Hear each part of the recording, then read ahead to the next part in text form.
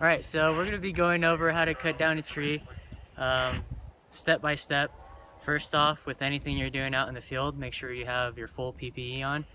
Hard hat, using chainsaw, hard hat, long sleeve. Gloves, leather gloves. Your chaps, long pants. Leather boots, make sure the pants go 2 inches below the boot. For the chaps. And your earplugs. So since we have that, we're going to go into sizing up the tree and clearing your area control. Alright, now we're going to go over sizing up a tree.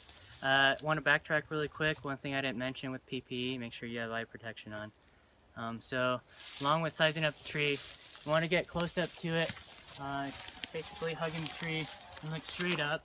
And with this tree and myself, I see that it kind of has a lean heading that way. But with further size up, I see most of the limb weight is on my right. So it's in the direction which I cleared straight ahead of me over here. I see that there are no overhead hazards. That's what you want to make sure you're clear of. You're clear of your area control. Make sure you know where everyone's at the whole time. And you call out your cuts to give everyone a heads up what you're doing. So anything else you want to do is clear your area, your immediate area, your safety zones, which are going to be 45-degree angles. You have your primary and your secondary escape routes, and you're going to want to make sure they're clear. Even as far as if you look over there, if there was anything in my way, I would buck that up and clear it up. You just want to make sure you have a clean clean egress. And with that being said, we'll go into our actual cuts, and I'll be explaining what I'm doing as I go along.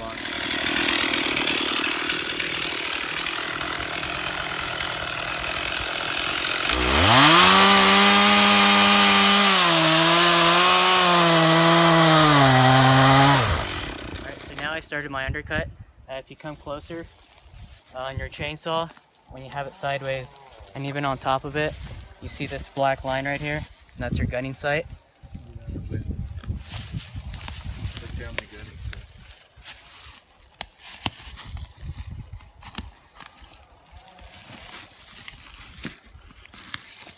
So you see down here, if you look on top of the side, right here, that's your gunning sight right there. And at the top, it continues. So those are your gunning sights. And if you look straight ahead, where I cleared my path, that's the direction of my fall. I walked it out, make sure there are no hazards. Again, I cleared my area, and now I'm gonna follow it through with my sloping cut. And that's it. All right, so now that I have my gunning sights set, I'm gonna pull it out. I'm gonna start my sloping cut. Pull it out, I'm gonna dog in, and then follow it through. And then as I finish that, we'll go over on how it turned out and what I did.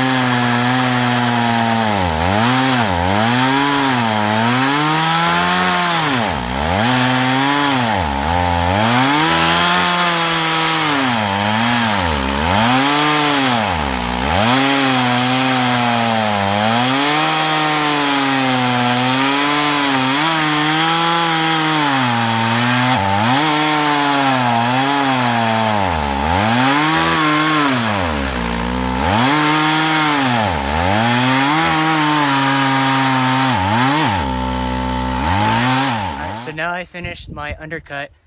Just before I commit to my back cut, I'm gonna re-gun it. So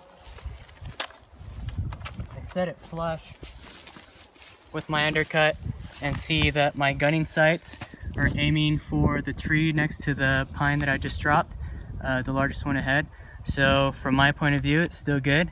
And now that I'm gonna commit to my back cut, I'm gonna make sure I have enough fuel to finish the cuts. I have my falling axe, I have my falling wedges, my PP is still good. I'm aware of where everyone's at, and I'm just gonna call out my cuts. Back cut, tree coming down. Now that I'm committed to my back cut, I just wanna set an indicator wedge. Obviously I'm gonna keep looking up, but as I'm doing my cut, if I see this droop down, that means my tree is fallen.